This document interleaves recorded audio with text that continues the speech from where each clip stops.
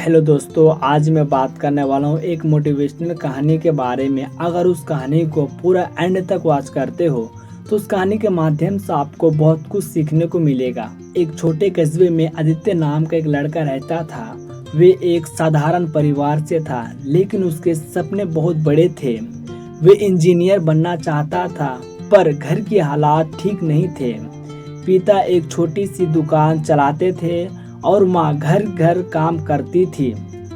आदित्य पढ़ाई में अच्छा था, लेकिन जब उसने 12वीं के बाद कॉलेज जाने की बात की तो पिता ने कहा, बेटा हमारे पास इतने पैसे नहीं है, तुम कोई नौकरी कर लो।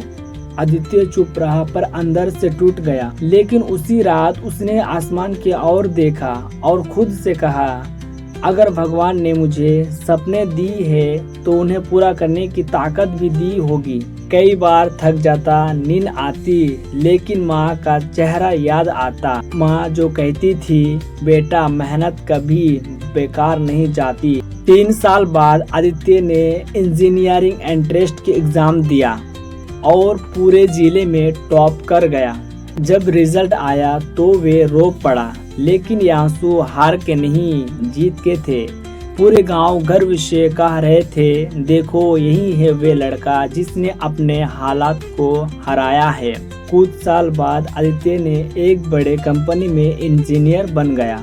उस दिन उसने अपने पिता के हाथ में पहला वेतन रखा और बोला, पापा अब आपकी दुकान नहीं बंद होगी, अब मैं हूँ ना। पिता की आंखों में आंसू थे, माँ मुस्कुरा रही थी और पूरा घर खुशी से भर गया। कभी हालात पर मत रो, मेहनत करो, क्योंकि वक्त एक दिन तेरा भी आएगा।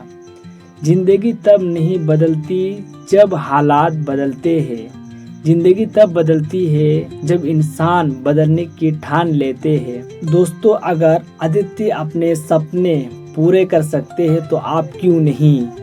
रास्ते मुश्किल जरूर होंगे, लेकिन मंजिल तुम्हारे कदमों में होती है। बस एक बात याद रखना, हार मानना आसान है, लेकिन जीतना उसकी कीमत है जो कभी हार नहीं मानता।